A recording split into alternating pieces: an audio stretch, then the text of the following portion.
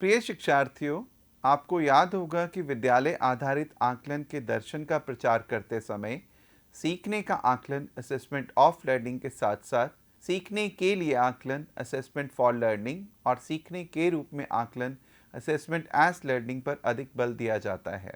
आपको ये भी स्मरण होगा कि शिक्षकों को आकलन की विभिन्न तकनीकों जैसे कि स्व आकलन सेल्फ असेसमेंट, सहपाठी समूह आकलन पीयर असेसमेंट, रूब्रिक और पोर्टफोलियो के उपयोग करने के लिए लगातार प्रेरित किया जाता है।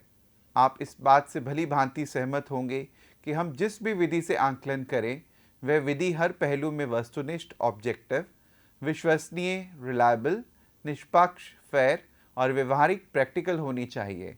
इसलिए हमारे द्वारा डिज़ाइन किए गए आकलन के मापदंडों को विद्यार्थियों के साथ सह निर्मित करने की अति आवश्यकता है ताकि वे आकलन की प्रक्रिया में अंतर्निहित शिक्षण अधिगम की प्रक्रिया टीचिंग लर्निंग प्रोसेस में प्रभावी रूप से भाग ले सकें। इस प्रकार स्व आकलन, सहपाठी समूह आकलन जैसी आकलन के विभिन्न विधियों के उपयोग करने के लिए, इसमें शिक्षकों को परिचित कराने के लिए एवं सीखने के प्रतिफलों की प्राप्ति हेतु रूब्रिक के विभिन्न पहलू जैसे क्या, क्यों और कैसे की बारीकियों पर आपका ध्यान आकर्षित करवाना चाहेंगे। आप इस बात से सहमत होंगे कि एक शिक्षक के रूप में आप अपनी कक्षा में अनेक शैक्षणिक प्रक्रियाएं जैसे प्रयोगों, चर्चाओं, भूमिका निर्वहन, वाद विवाद से लेकर फील्ड ट्रिप और पोर्टफोलियो तक का आयोजन करते हैं। क्या आपने कभी अनुभव किया है?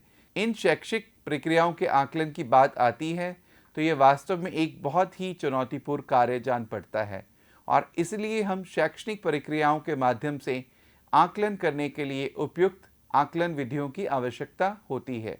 इसलिए जब रूब्रिक की अवधारणा की बात आती है तो हम कह सकते हैं कि ये एक विधिवत ढंग से स्कोरिंग करने के दिशा निर्देश होते हैं जो कि एक ग्रिड या मैट्रिक्स में दर्शाए जाते हैं जिनसे छात्रों के सीखने के कौशल का आकलन किया जाता है।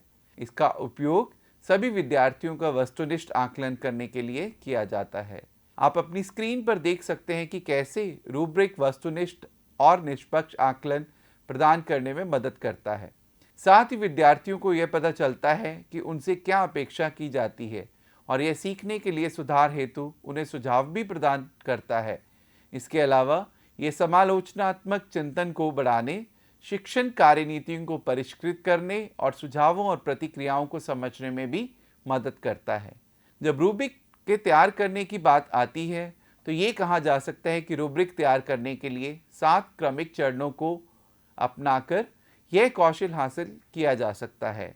ये चरण इस प्रकार से हैं, जैसे असाइनमेंट का स्पष्ट रूप से परिभाषित करना, विद्यार्थियों के सीखने के प्रतिफलों का आकलन किए जाने पर विचार करना, विचार मंथन द्वारा प्रमुख मानदंड निर्धारित करना, प्रमुख मानदंडों को स्पष्ट रूप से परिभाषित करना, प्रदर्शन विशेषणों का स्तर निर्धारित करना। ये प्रदर्शन विशेषण वास्तविक अंतर गुणवत्ता श्रेष्ठता दिखाने के लिए पर्याप्त भिन्न होने चाहिए। प्राप्तांकों का निर्धारण करना, संख्यात्मक मान में प्रदर्शन के प्रकार इस प्रकार हो सकते हैं जैसे 1, 2, 3, 4, 5 और 6।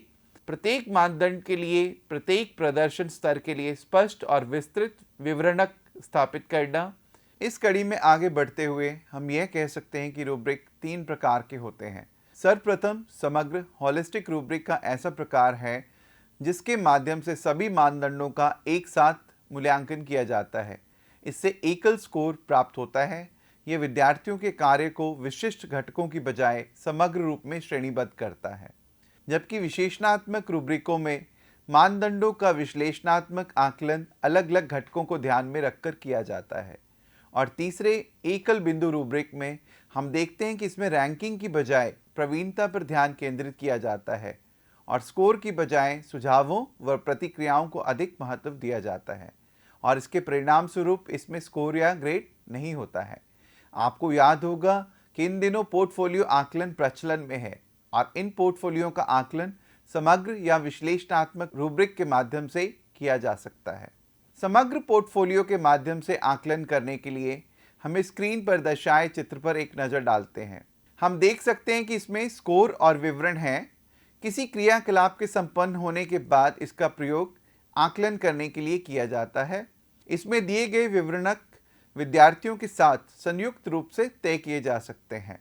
इसमें दिए गए स्कोर 5 का अर्थ है कि पोर्टफोलियो में पर्याप्त विषय सामग्री कवरेज है, कार्य सुव्यवस्थित प्रस्तुत किया गया है, समय सीमा के भीतर प्रस्तुत किया गया है, प्रदर्शित अपेक्षित कौशल सामग्री का संकलन, अंतिम रूप और विमर्श है, पाठ्यचर्या के उद्देश्यों को प्राप्त करने में सक्षम है, विद्यार्थियों के सीखने की वृद्धि साक्ष्य स्पष्ट है, और इसके विपरीत 0 अंक उसे दिया जा सकता है जिसने अभी तक कार्य आरंभ ही नहीं किया हो।